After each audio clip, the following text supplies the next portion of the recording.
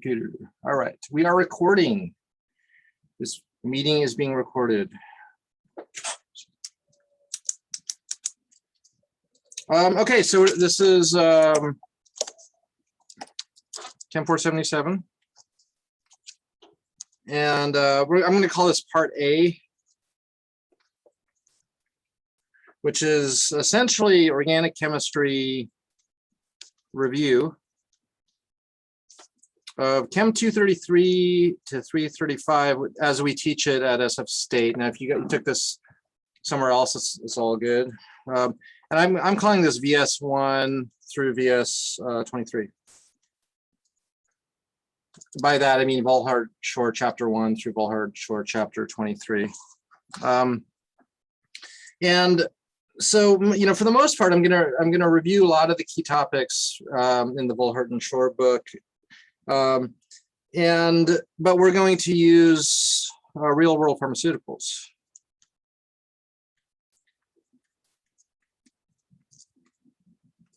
Because that's something, you know, when you learn organic chemistry, most of the examples are kind of fake. I mean, you might see real molecules here and there, but a lot of it's just like, oh, 2-bromobutane, or, you know, some kind of really boring molecules. And by using real world pharmaceuticals, I think it sinks in a little bit more. And we will do biological activity, often in brief. I mean, I'm not a biologist, but I know some biology, and here and there we'll have little cartoon slides of how a protein might cause a you know, a disease or something, and how you might inhibit the protein to treat the disease.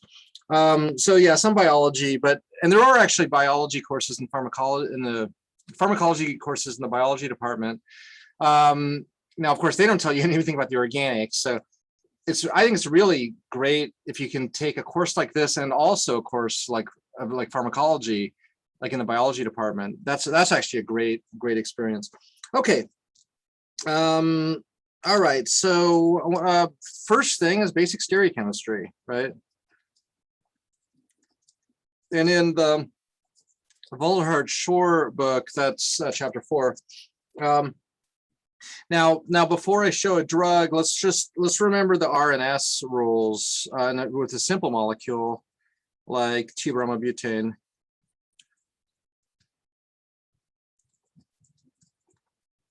And how do we do this R and S business? I mean, in a nutshell, you assign the priorities of the different groups on the central carbon, and based on the atomic number. And bromine is the highest priority because it's the highest atomic number, so we call this A, right? And then the D substituent is the hydrogen, right? And then to assign B and C, it's like you look at those two carbons, and then you, well, they're both carbons, but this carbon has an extra carbon. So this becomes B, and this becomes C, right? So B and C, all right. So you get that. And if you're assigning this R and S business, there's different ways to do this. And the way I teach this, oh, I got it backwards. See, off to a good start already. The B and the C are backwards. I'm sorry. Yeah. And if you see an error, you can just say, question. I may not see the chat window thing. So you're always welcome to interrupt me. It's fine. Okay, so yeah, it's A is bromine, D is the hydrogen, and then we have B and C. And the reason B outweighs C is because you have the extra carbon in the distance. So they're both carbons, but this carbon has an extra carbon. So it's A, B, C, and then D's in the back. The basic rule is that you assume the R, the D substituent, if it's in the back and it's clockwise, it's R, right? And if it's the opposite way, it's S, right? So this is basic organic 1 stuff. Now, there's also another rule and trick to this where you kind of use your thumb, and like if you point your thumb where that D substituent is, which is going away, I can point my whole hand downward, and if it's my right hand, it's R. That's a kind of a trick you can use. It's this thumb method. So that's the way I usually teach this in organic 1. But anyway, this is R. Okay. So let's think about drugs real quick and how this is actually important in drugs, the RS designation. Okay, so the first drug molecule is captopril, which is 5-member ring, nitrogen. We have a 5-member ring.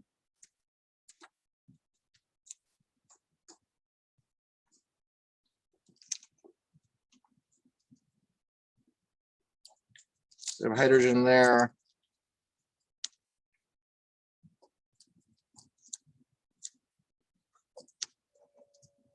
We have a thiol, and then we have a methyl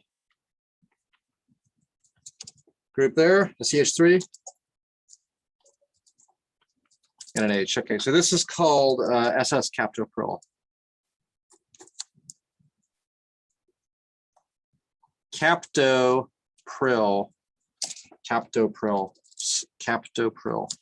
Okay, and so why is it SS? I mean, in a nutshell, the S and the S refer to these two chiral centers. I think it's just going to be the left one and the right one. There's a numbering designation for that. I think so. This is D, B, and C. And using my thumb method, I can easily see that this is S because I point my thumb towards me. Pointing my thumb towards me, and I'm going from the A to the B to the C. Left hand works, it's S, right? So that's totally S. So this thumb method thing is really cool. And if any of you teach organic or the workshops, the thumb method is really a really cool thing.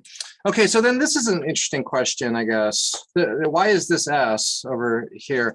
Well, what are the designations? Who of these four things is going to be the A substituent, like the high priority substituent? Anybody know? Is it the thing with, 2 bonds to oxygen and a nitrogen, or the 1 bond to a sulfur, or anyway, it's kind of a subtle question. It would be the sulfur? It is a sulfur, yeah, that's right.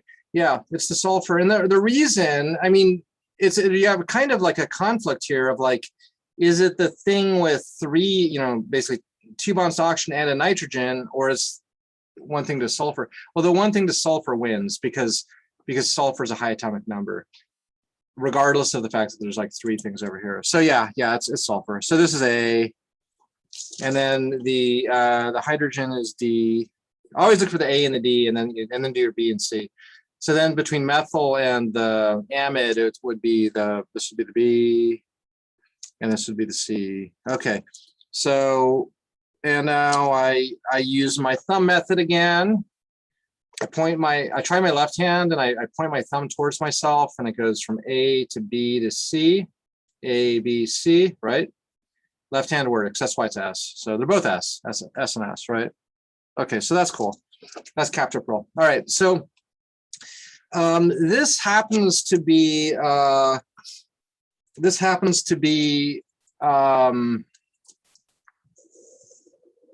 it's an angiotensin converting enzyme inhibitor.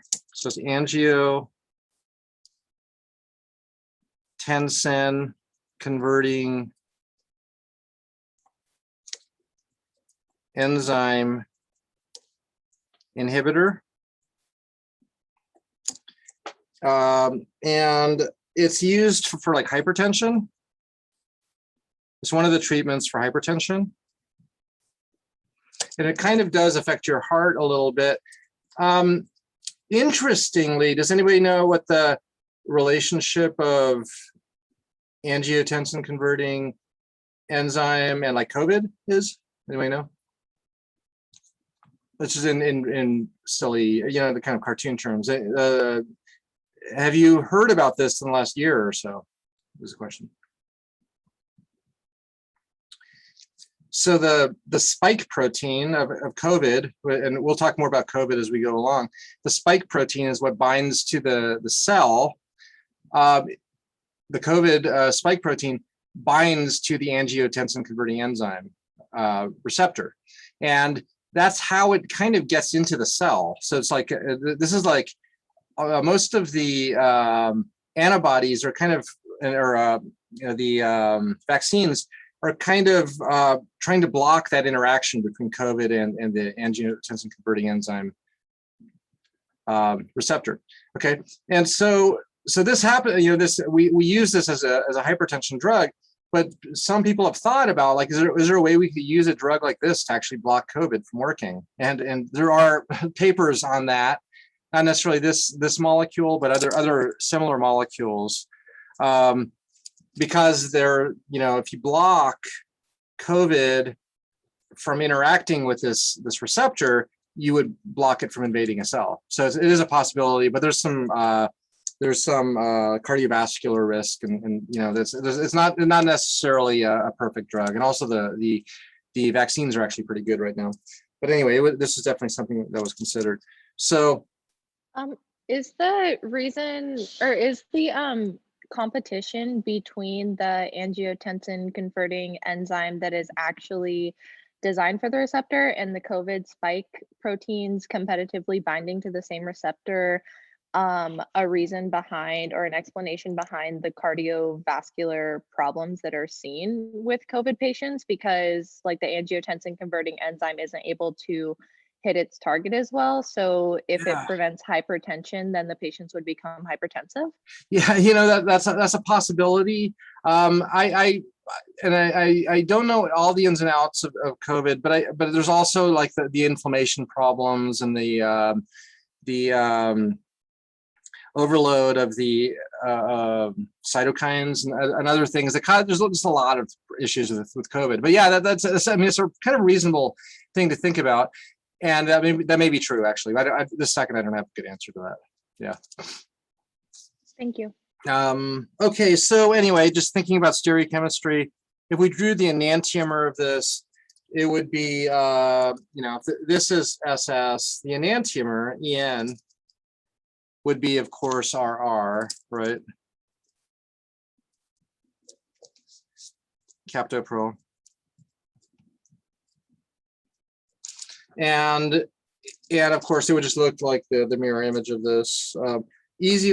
One of the ways we can draw it is draw the same structure, but just invert the chirality of each of these things.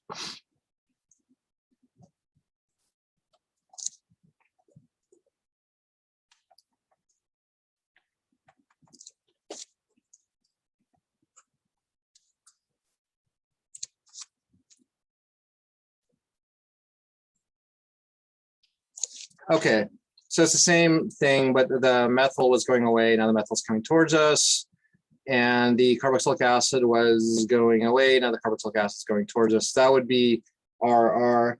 Now, of course, when you learn about stereochemistry and molecules with two chiral centers, one of these relationships is called an enantiomer. The other is called a diastereomer, right? And I say DS for that. And I'm not going to draw those, but it's just another relationship, right? This is SS. You can imagine like SR. And it has an enantiomer itself, which would be RS, right? Okay, so so you could imagine drawing those. In one case, you just have one of these be inverted and not the other. Here it'd be one of these inverted and not the other. And that's what the diastereomers are. And of course, we also have the other diastereomer relationships in the middle, DS, right? So RR is also a diastereomer. It's a diastereomer of RS, but it's also a diastereomer of SR, right? And the enantiomers are always a mirror image, a direct mirror image. Okay. All right, cool. So let's look at a different molecule now.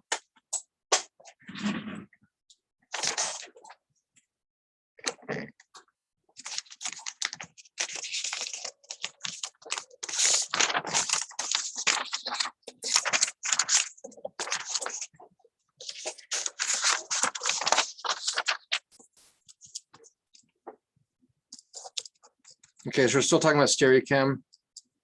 How about this molecule?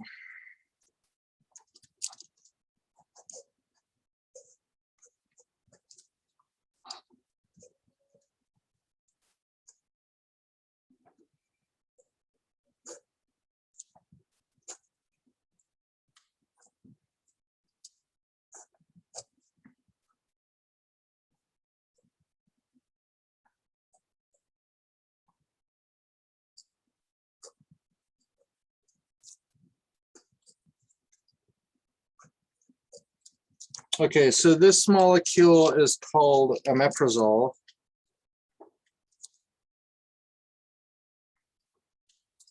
Has anybody ever heard of Ametrazole? Yes. Good. So it's a common over-the-counter kind of heartburn medication.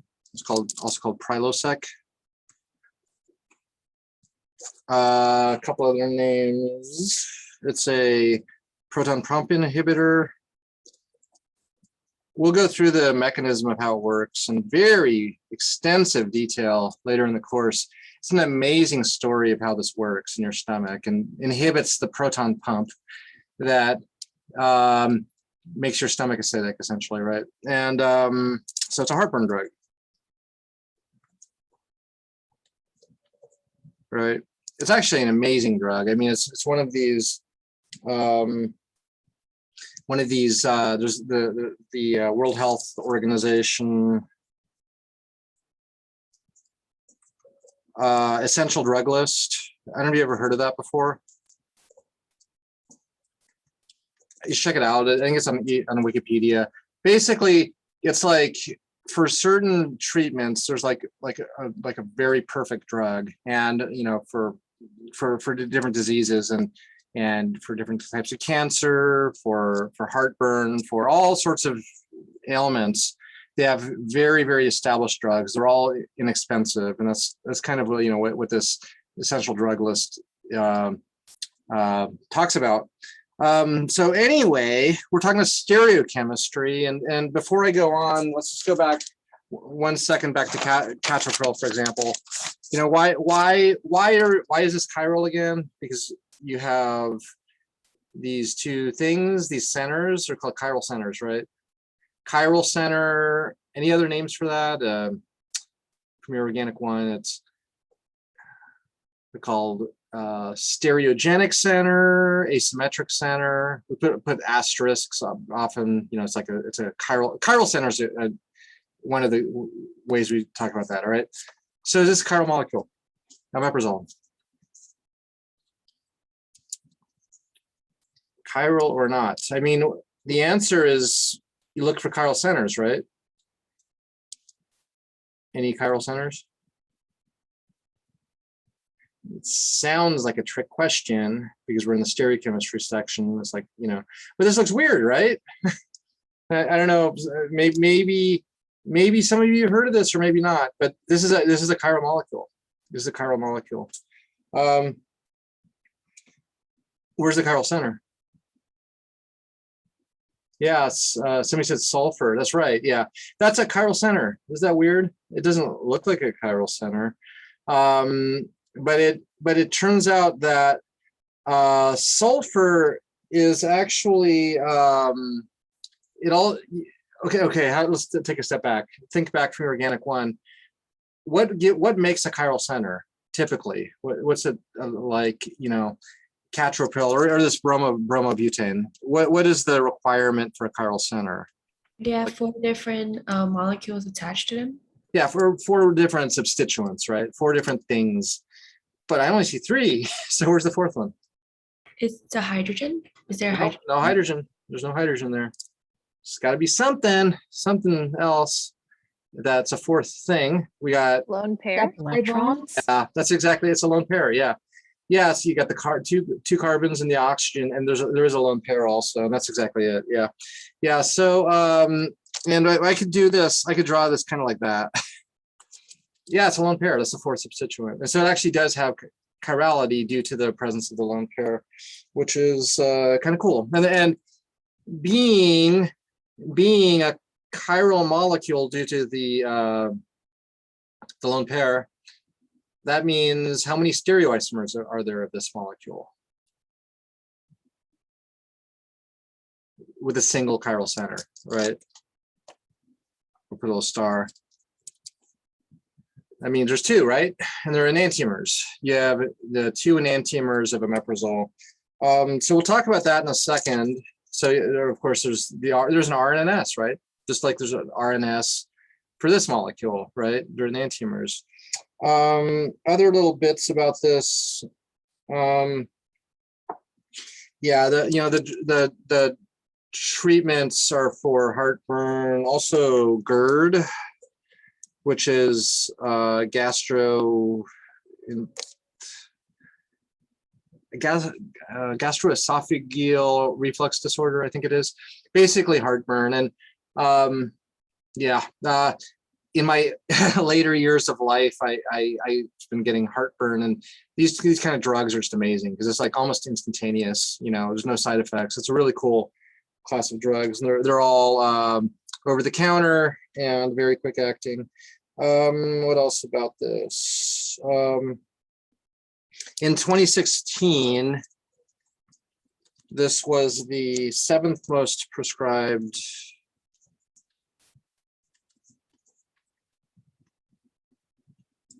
drug in the world. So you could probably conclude that there's a lot of money in a molecule like this. So the companies that make this are making a killing because so many people are using it. I think recently it's become over the counter, and I know now you can go to Walgreens and get this stuff for pretty cheap. But at least at one point it was a prescribed drug. It's not prescribed anymore. Okay.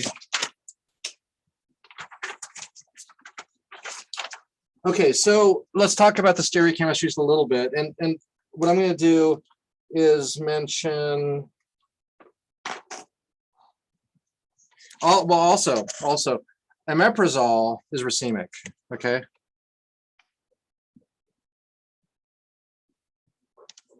So that means, what's the word racemic? It's A 50-50 mixture of both enantiomers? Yep, that's it. 50-50 mixture of both enantiomers. Yeah, racemic. So it's you purchase it as a racemic mixture.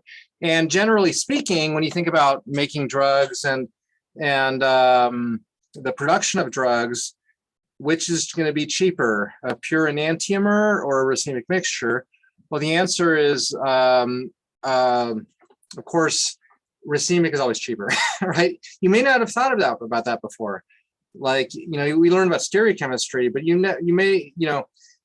probably never considered the price of these things. And any molecule that's racemic is dirt cheap compared to a single enantiomer. Okay, so anyway, so let's just draw another drug that looks very similar to this, another commercially available drug.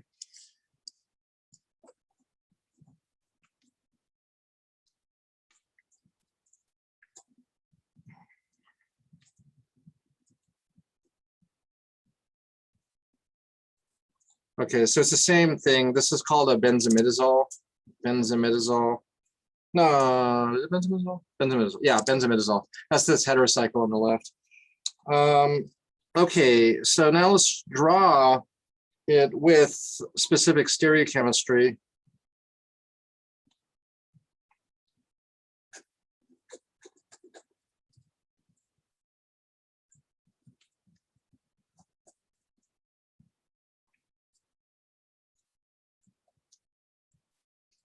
Okay, it looks like the same drug. I just drew a specific stereochemistry.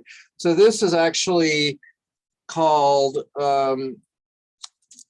has a similar name. It's called Ametrazole. Ametrazole.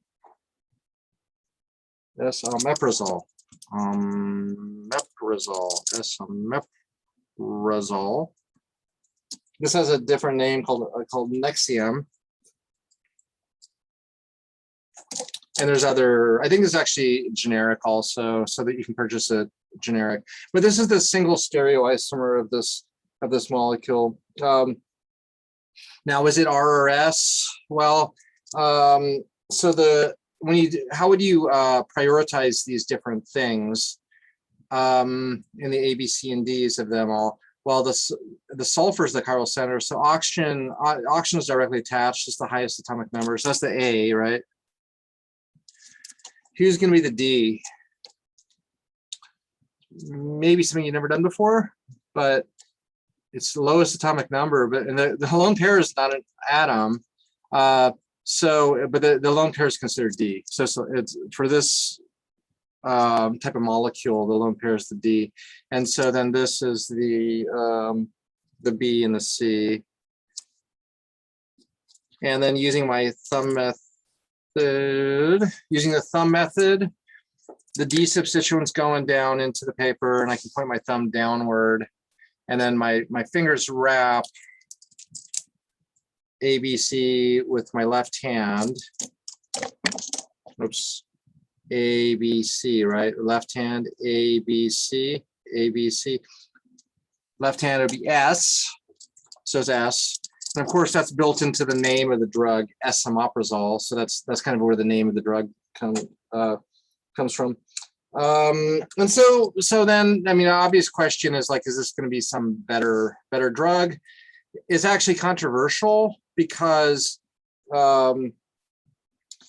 you know, it's a little more expensive to produce this, but big drug companies can actually create, you know, chiral molecules and as a single stereoisomer pretty efficiently. So this is done by AstraZeneca. They made this at first and they patented it. And the question obviously is a single stereoisomer more efficacious than a chiral mixture? And this is actually controversial. And a lot of people think that they just wanted to cash in on the patent, right? Because it's such a huge drug market for this. So it's not totally clear if this is actually any better at proton pump inhibition than the racemic mixture. And there's actually there's a lot of published controversy on this. There's actually you know, the Wikipedia page for these molecules, it does talk about the controversy. It's actually kind of a nice little discussion, so it's pretty easy if you want to hear about that. But for the most part, they basically do the same thing. I don't think there's any real reason to use esomeprazole versus omeprazole. Okay, all right, good. Let's see.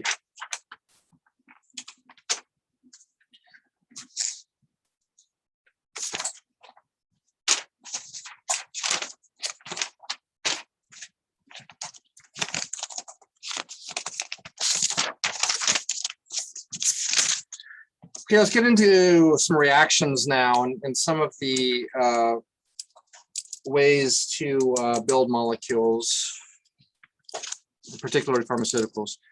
So we're going to talk about some basic reactions now. Just reviewing basic reactions that you know about. Let's just mention them first. First, of course, we have SN2, SN1, E2, and E1. And these in the Volhart-Shore book are 6 and 7.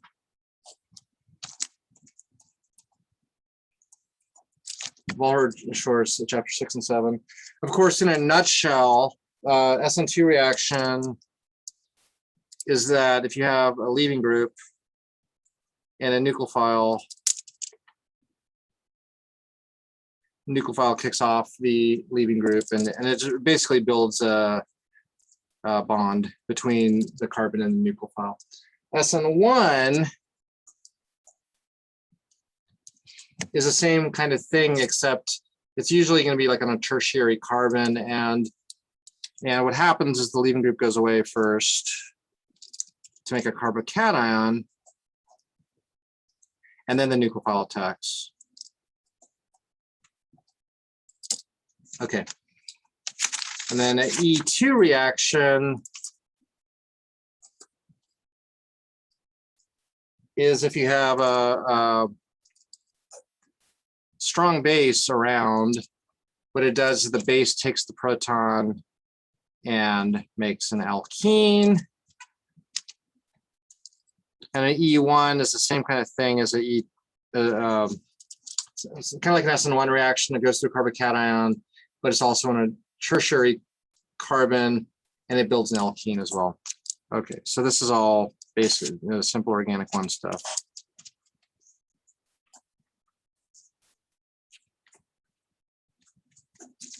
Okay, all right, so let's show some examples of how these kind of reactions, particularly SN2, can be used in drug synthesis. So the first one we're going to talk about is the tricyclic antidepressants.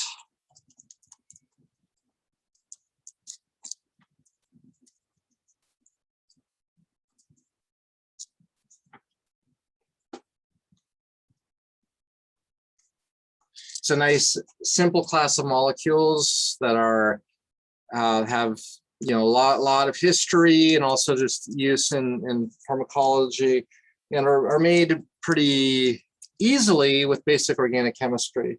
So two of the molecules we're going to talk about are imipramine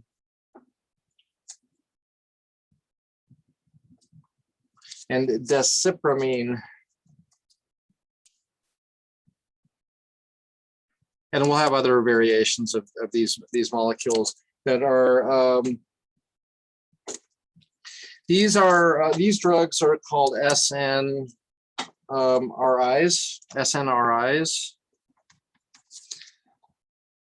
So they're selective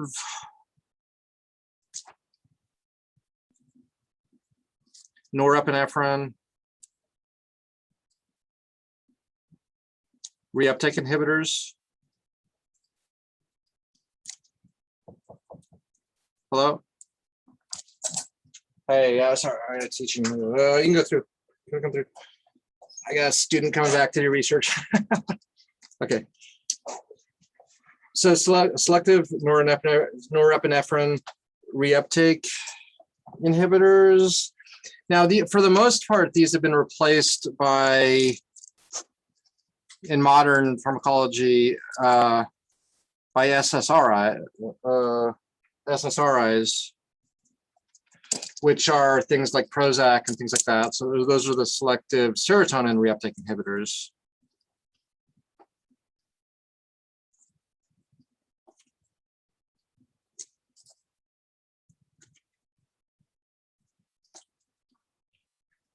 Yeah, and those are things like Prozac, and we'll go into that later. And there's some interesting little synthesis stuff related to molecules like Prozac. But let's talk about the tricyclic antidepressants first, because it's a nice thing we can review our organic chemistry with. Okay, all right. So let's talk about imipramine, desipramine, and other molecules like that. So we're on number 2A.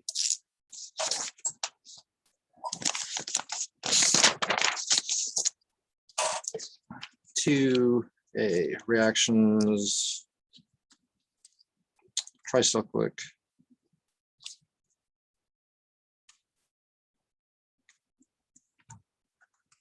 Okay, so nice thing we can start with. All right, so if we have a molecule, what I'm going to do is I'm going to draw the product we're making, and then I'll just sort of show how it's made, and then we'll build on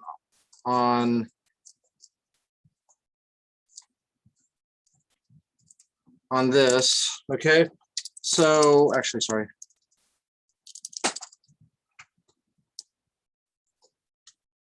Okay, so this molecule is imipramine. And when you think about like making a kind of simple molecule like this, you'd probably want to do this in a way where we can just kind of attach two pieces, right? And where's the logical place to make an attachment? And we're doing this kind of SN2 chemistry stuff. Well, one of the ways you can make an amine like this is if we attach, we'll say the top part, say that part, right? Attach the top part to the bottom part, right? That would make That would be kind of cool. And then it's pretty easy to just attach two things. Maybe something with a nucleophile, right? So that's a nucleophile. A nitrogen is a nucleophile with something that's an electrophile, which would be maybe a leaving group or something like that. So a molecule like this is actually really easy to make using our basic organic chemistry, but you've probably never thought about making molecules like this. So of course, all we have to do is take the nucleophilic part, which is just the amine,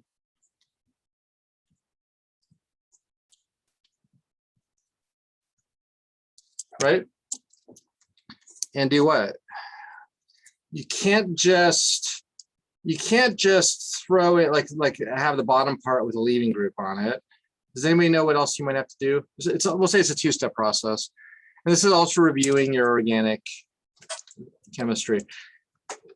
Two-step process. Any ideas how you might do this using your kind of basic organic 1 chemistry? Can you do in a way where you substitute it with something that's a living group? Yeah, and that's actually what step 2 is. Yeah. So I think they use chloro. Yeah, there you go. So yeah, that's exactly it. The leaving group, right? That makes sense. This is a dirt cheap chemical. This happens to be a dirt cheap chemical too. This is about, I think it's about 100 grams for $100. You can probably even cheaper than that even. So it's like $1 a gram, I guess. And that is pretty cheap when you're thinking about a pharmaceutical where the dose is probably like 100 milligrams or something like that. So, and this is probably all done on ton scale anyway. But yeah, then what's step 1? Any guesses? It's like, this is an okay nucleophile, but it's not, it could be better. It could be a little better. If we do something to it, it'll even be a better nucleophile. Any guess? Deprotonate it? Deprotonate it, yeah. Yeah, throw in a base, a strong base, a super duper base. Proton will come off. And then it's an N minus, right? You rip off the proton and you're left with an N minus, and then the N minus attacks the carbon here. This is delta minus, delta plus, right? So N minus attacks the delta plus, kicks off the leaving group, and then yeah, and then you're done. That's a pretty easy reaction. I think the base they use is NaH, Na plus H minus. It's a super cool base because when it reacts, this is the base, what does it form when this basic H minus attacks the proton? What's the byproduct? It's H2. Hydrogen gas.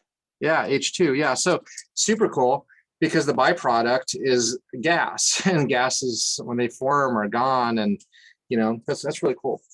Okay, that's a pretty nice starting point. Now, imipramine it's kind of been surpassed by the SSRIs like Prozac, and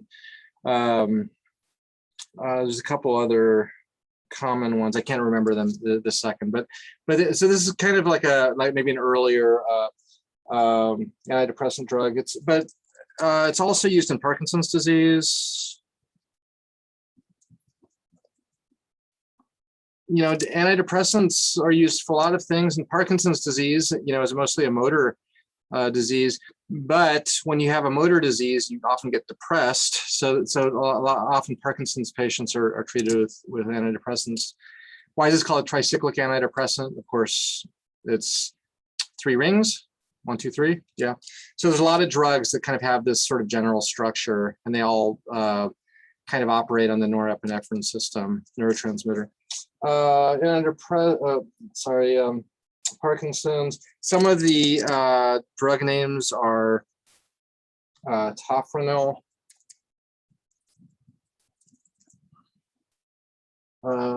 Serplex, a couple other names of these molecules also. Okay, so then let's just think about another simple one real quick, and how we might change the synthesis, because this seems to work really well. This is a very nice little way to do this, right? To build a molecule like this. So we're going to show a double SN2 method now for a different style Where's the SN2 reaction here? It's not the first step. That's not an SN2. This is the deprotonation, right? Take off the proton and then react. That's the SN2. Step 2 is the SN2 reaction, right? So this is the SN2. Okay, so let's do a different one, and we'll do double SN2. So for this one, what I'll do is I'll try to draw the product first, and then we'll talk about it, and then we'll show the synthesis, right? Okay, so this one, I'm going to draw the product down here.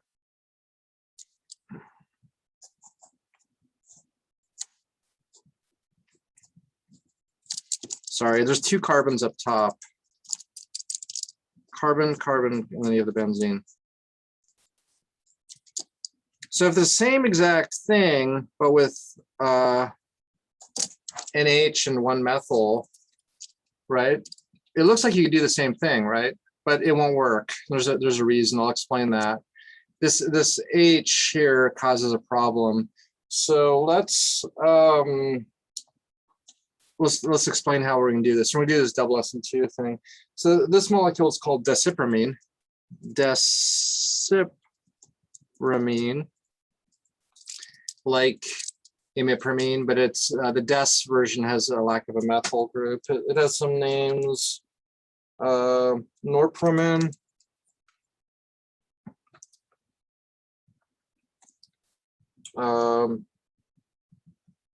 There's a couple other names. I don't have them handy. Okay, so but the way to do this kind of molecule is we'll start from the same cheap starting material. Okay. Now, if we, well, I'll just explain how it's done, and it's done a little differently. Rather than, well, okay, let me explain what's wrong. If we do NaH and we do like bromine or chlorine, if we do that, right, to make this, there's a problem, and that is that the NaH will take off this proton, but it'll also take off this proton, right? So this kind of has a kind of a it just doesn't work. It doesn't really work very well because the sodium hydride can react with both of the protons. So what we're going to do is a slightly different approach, and this is what the commercial synthesis is. And this is double SN2 thing, and it just solves that issue. So rather than just attach everything in one step, what they do is they react with this stuff. Chlorine, carbon, carbon, carbon, bromine. And so it does the same exact thing. But the question, one question is, does anybody know which is a better leaving group? Chlorine or bromine? May have forgotten that from your organic, but bromine's the better one. Yeah. So this rips off the proton, and then it attacks this better leaving group to kick off the bromine, and then you get that. Now you just have a different leaving group, and then what they do is a second SN2. That's why they call this double SN2 reaction, where they just throw in essentially methylamine.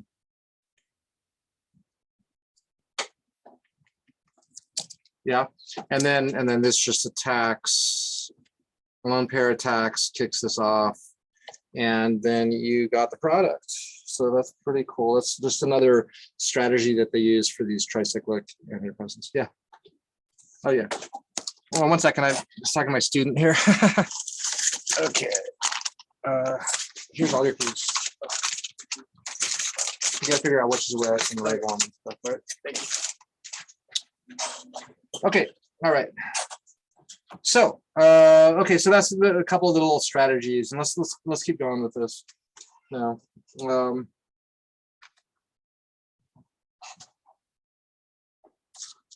I have like a quick question. It's kind of like a curious thought. Since this is a double SN2, Yeah. is there a reaction where you can protect the protect the hydrogen by putting like a protective layer? Yeah, that's a great idea. That's a great idea. Yeah, you can imagine that, and maybe I'll draw that out as a potential synthetic scheme, and I'll draw it in a new piece of paper. Yeah. Yeah, that's totally another way to do it. I think this is kind of the cheap, cheap commercial route that they do on a ton scale. But yeah, you have a great idea. So if we had we're do the same exact molecule synthesis,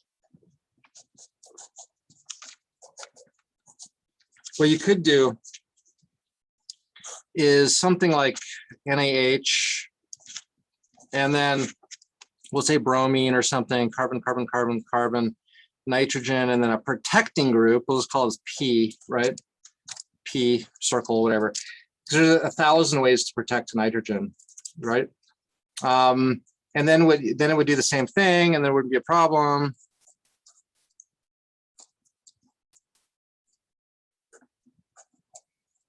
And then you'd get nitrogen, and then your P, and then you would deprotect somehow, DP, deprotect, and there you go. Yeah, that's thinking like a synthetic chemist, right?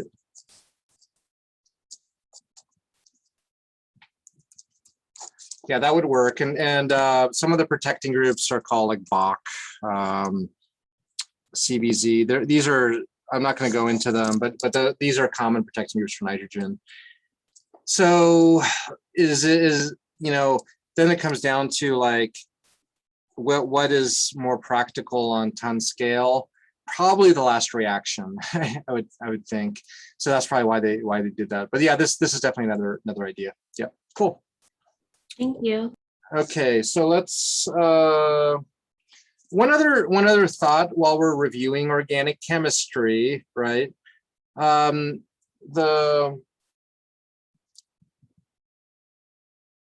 pKa of nitrogen is usually kind of high, 35-ish or so. This pKa is a little lower. I think it's maybe 20-ish or so pKa. Anybody know, thinking back from your organic knowledge that you've long forgotten, why is this more acidic than, like, we'll say that, like that would be about 35. Why would this be a 20 or so? Is it resonance?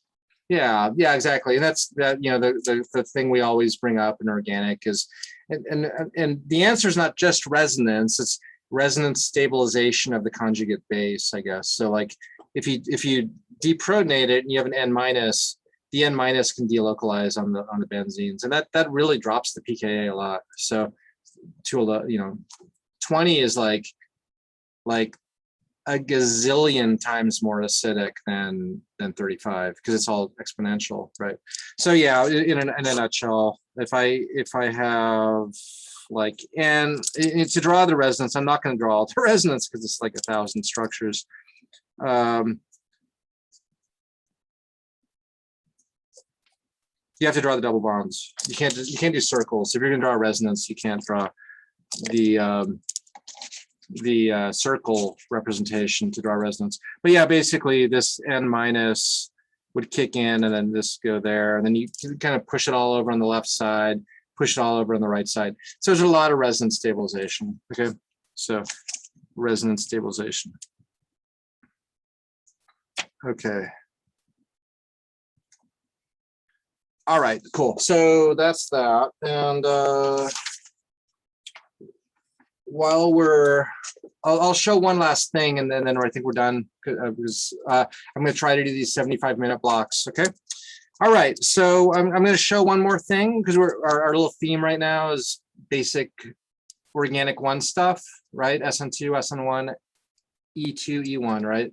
So we'll just show one other one, and then I think we'll probably be done for today.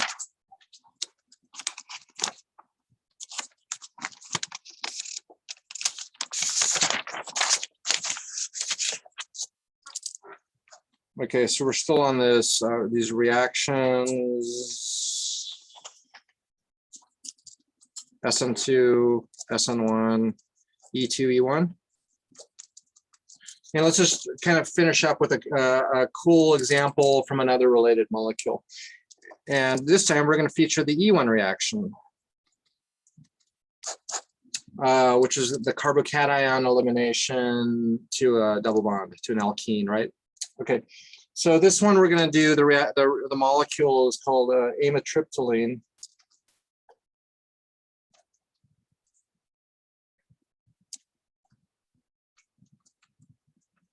Which is another tricyclic antidepressant that's used in like anxiety and depression. But the synthesis is a little different. It's kind of fun. So let's show how they make this molecule. So the product is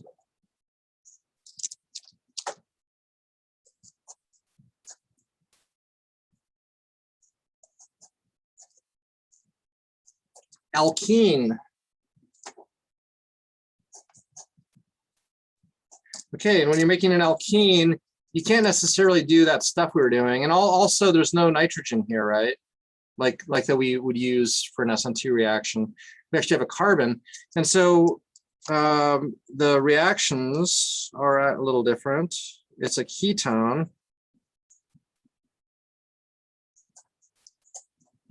Instead of a, I guess, yeah, last ones were like a nitrogen, and then a nitrogen, and the nitrogen would attack something. We don't have a nitrogen, we have a ketone, right? So let's make it a nice big ketone here. All right, so assuming we start with this molecule, and here and there I emphasize the carbons with little dots. So there we go. Assuming we have a ketone and we're attaching stuff to a ketone, does anybody know what kind of reaction from your organic days, which your long forgotten organic days, what kind of things attack ketones and give maybe a CC bond?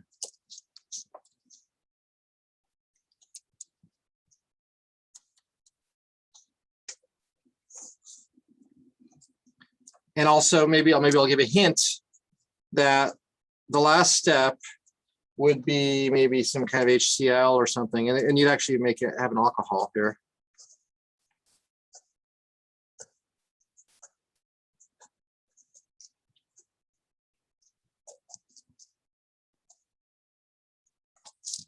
And the HCl, because this is the E1 reaction, right? This is that E1 thing we were talking about, where the alcohol reacts with acid, and then it falls off as a carbocation, and the carbocation loses a proton, and you make the alkene.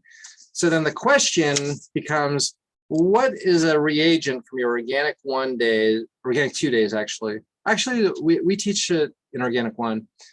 That is something that reacts as a nucleophile to a ketone to make an alcohol. Anybody know?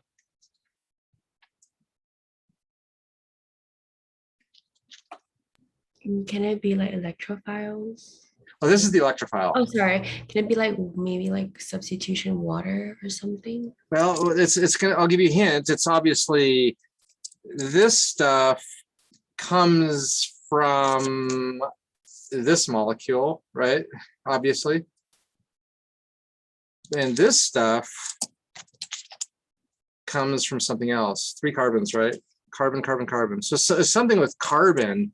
Maybe a carbon with a negative charge on it. A carbon with a negative charge would attack this thing, which has a delta positive, right? Delta positive, delta minus. So something like maybe a carbon with a negative charge would attack something with a positive charge. Can it be alcohol? Well, alcohol is a product. Carbonyl. The carbonyl is the ketone. Mm. It's the thing that attacks it. It's a thing. I'll give you hints. It looks like nitrogen, carbon, carbon, carbon, methyl, methyl, right? Essentially, it's this. I mean, in the most simple terms, it's carbon, carbon, carbon, right? With a CH2, that's a CH2, with a dot, dot, minus, right? It's essentially a dot, dot, minus, right? CH2 dot, dot, minus, right? Carbon with a minus attacks thing with a positive charge. And that essentially gives you the alcohol. Is it an aldehyde? Now, so aldehyde and ketone are kind of related ideas, right? So a ketone and aldehyde, aldehyde is the same thing. It just looks like. So ketones, one electrophile, aldehyde's another electrophile. What we want is what this is, this thing that does the attacking, because these are both electrophiles. It's the thing that does the attacking. And so what this is it begins with the letter G. It's called a Grignard. Grignard, remember that? So it's, it's essentially what it is it's going to be nitrogen, methyl, methyl, carbon, carbon, carbon, MGBR. It's MGBR. It's called Grignard. It's a French thing. Grignard is the person that created this. It's like a 1800, like 100, more than 100 years ago. So Grignard is basically the equivalent of this. These are the same thing, right? These are the same thing. And then what the way it works is really easy. It's just the bond goes and attacks here, and then the electrons kick down. You get an O minus, and then the O minus grabs a proton from water. So it's a concept called Grignard. It's just another old really classic reaction from organic 1. We emphasize it all the way through organic 2 also. Grignards, hopefully you remember that. Another just simple example, if I have a ketone and I want to add like isopropyl, this would attack this, and this will show the mechanism just so you can remember that. Right? Isopropyl attacks, electrons go up. End result is you've attached an isopropyl. And when this attacks, you get O minus isopropyl. And then this grabs a proton from water. Yeah. So this is just another simple example. And here we're doing the same thing, but in the context of making this tricyclic antidepressant, amitriptyline. I want to wrap up. This I'll show you how this works. It's really easy, the mechanism of it all. Oh yeah, I'm missing a benzene too. There's benzene. How does this work? It's really easy. I'll just draw that underneath over here. I'll show them back here. Okay. Okay, so we have that alcohol.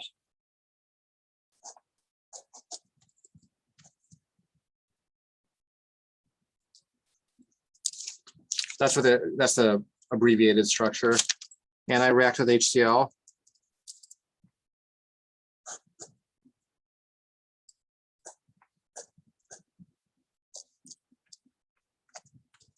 Right?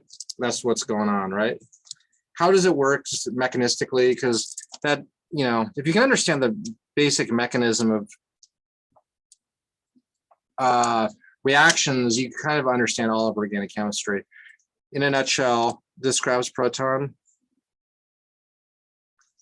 Yeah, grabs a proton.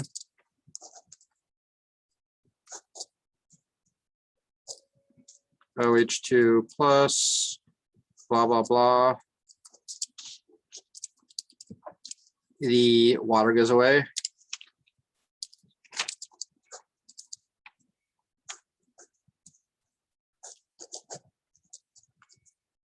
Now you got a positive charge, a carbocation. And now like water or something takes off that proton. And that's how it creates that alkene in the final product of amitriptyline, right? So yeah, we just did a pretty cool little thing. It wasn't hardcore organic chemistry. This is actually all basically your organic 1 knowledge. Let me see if there's any other little tidbits. Yeah, this stuff's called amitriptyline.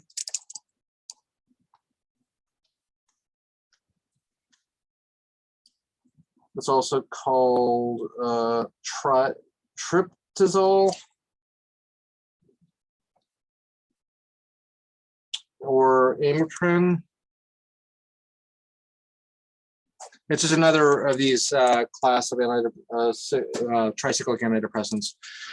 I think we're done. I went over a little bit. And anyway, so I'm going to record another 75-minute bit, and that'll be posted asynchronously. All right. Any last minute questions? Are we good? Hopefully this kind of made sense, and a little bit of review of some of your old stuff. But I'll just hang out for a second if you guys have any questions. Otherwise, have a wonderful night. Thank you. Thank you. Cool. See you guys. Thank you. Have a good one. Have a good one. Thank you. Yeah. Bye-bye. Thank you.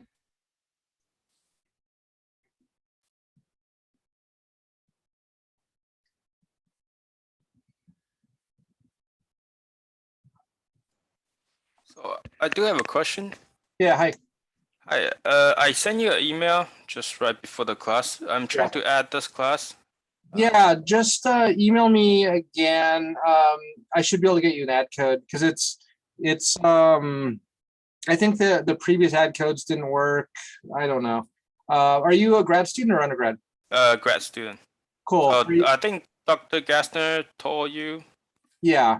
And then yeah, I'm one of his students. So Okay, cool. Yeah. I think I have your email. I'll just send an ad code right now. okay, great. Thank Cool. you so much. All right, take care. Okay, Bye. thank you. Bye bye.